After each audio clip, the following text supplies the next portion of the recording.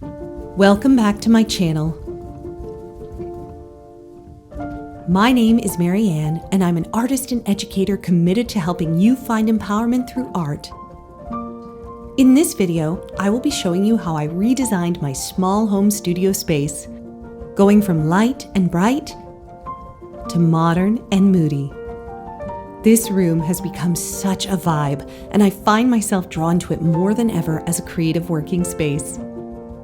I am now dedicating more of my time than ever to YouTube, so I would love if you would take the time to like, subscribe, and comment to help me continue to build this channel. Let's get started.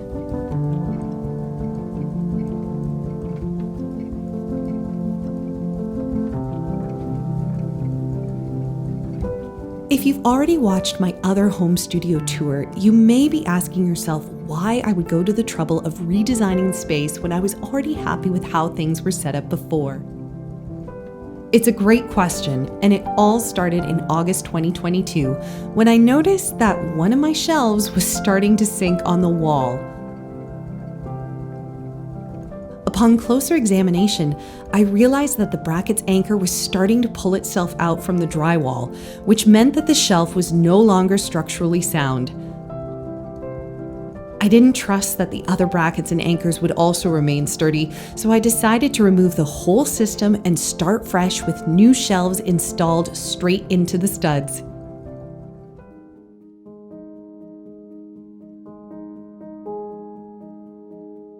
However, once I had the shelves down, I started to ask myself if I was truly happy with how the studio looked. I love following design trends, and I'd been watching my favorite designers shift from the all-white, pale wood trend into rich colors, wallpapers, and darker stains. I loved the elegance and maturity that these moodier spaces possessed, and decided to take a leap of faith over to the dark side and paint an accent wall in a deep charcoal. This is Benjamin Moore's wrought iron, which I've used in several rental properties as an accent and absolutely love. Of course, once the decision was made to go dark, I felt the need to evolve the rest of the space, and everything dominoed from there.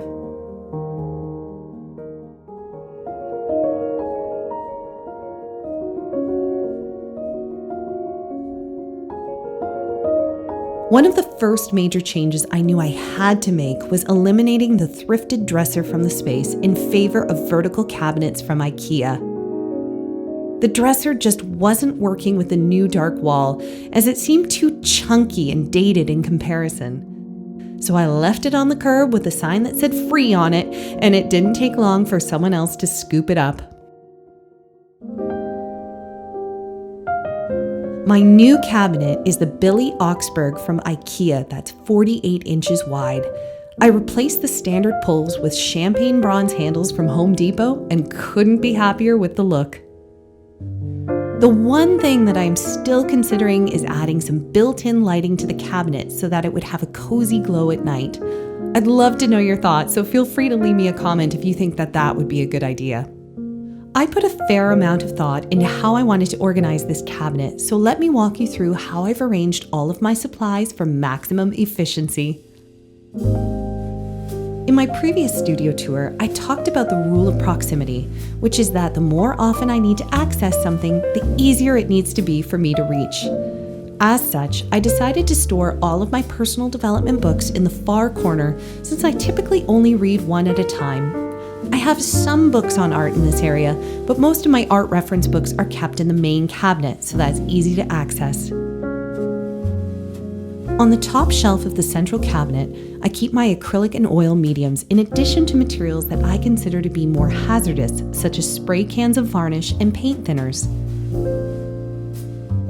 This top shelf collection includes my acrylic gesso, spray shellac for my oil painting sketchbook, various acrylic mediums such as retarders, slow dry fluid and glazing liquids, oil painting mediums such as liquids and oils, and my terpenoid brush cleaner for my oil painting brushes. I also keep some of my sage oils for my diffuser on this shelf, which gives the space a clean and herbal smell. On the middle shelf is where I keep some of my art reference books, as well as the materials I use for sketchbooks. This shelf is home to my acrylic inks collection, which I use to tone the pages of my sketchbooks, the gouache paints that I use for painting in the sketchbooks, as well as my pencils and charcoal sets.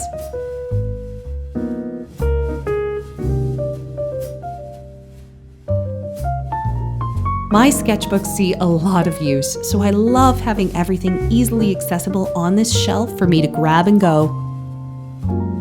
Finally, on the bottom shelf is where I keep most of my art reference books. This is also where I keep my moleskins for notes on the books I'm reading, the book I keep for notes on my YouTube channel, in addition to my collection of sketchbooks. I am currently keeping active sketchbooks with various themes, such as my landscape acrylics book, my bird-inspired gouache and ink book, and my magic and religion-inspired oil painting book. This shelf is also where I keep my binder clips for keeping my sketchbook pages flat while they're wet, my taller brushes that don't fit on other shelves, and this Taylor Swift Midnight's record given to me on my 35th birthday by my good friend. In the bottom section of the cupboards are where I put the less attractive things that I need less frequently, such as rarely used paint colors, stamps, thank you cards, and a ton of paper towels. I go through a lot of paper towel.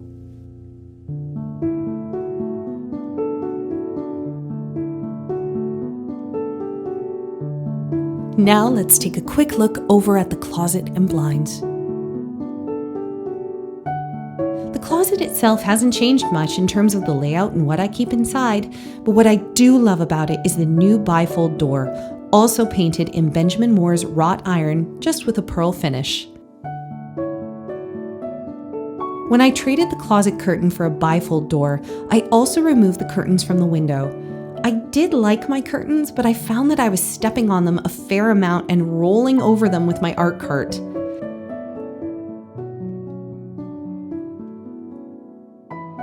The new cordless window blinds are from Graber, which I had lined to help control the afternoon sunlight that comes pouring into the space.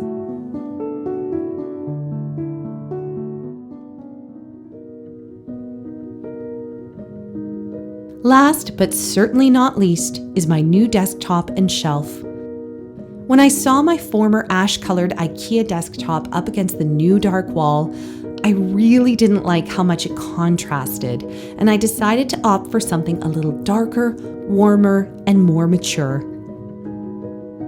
As much as I wanted an actual walnut desktop, I went for a much more affordable pine and had it stained in Verithane's Special Walnut, which is one of my favorite stains.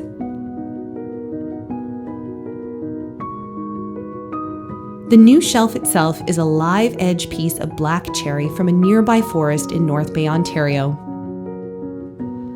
I love the rustic feel of this shelf, and it's the perfect place to store some dried branches, antique books, canvases, frames, and other treasures that I can use for still life arrangements and general studio ambience.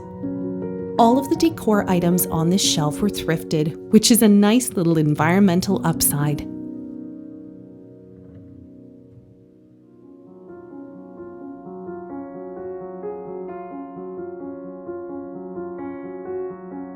Finally, I hung this antique mirror on the wall opposite of my desk, which offers me some creative shooting options for photography, enhances the moodiness of the accent wall, and bounces more light into the space while I'm working. This mirror featured in a creative photo shoot that I did with my collaborator Ed Regan, and even though I accidentally smashed it in the middle of a grassy field, it was restored to its full glory by a local glass company.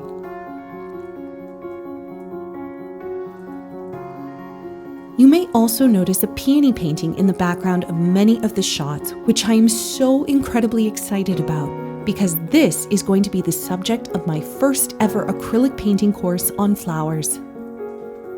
I have just finished the first layer on this painting, and after I spend the next few months editing, I will be releasing the full course of how to create this painting onto my website. You can sign up for my newsletter to be notified of the release, and as a thank you, I will send you a free 36-page Introduction to Acrylic Painting ebook that I have written to help you get started in your acrylic painting practice.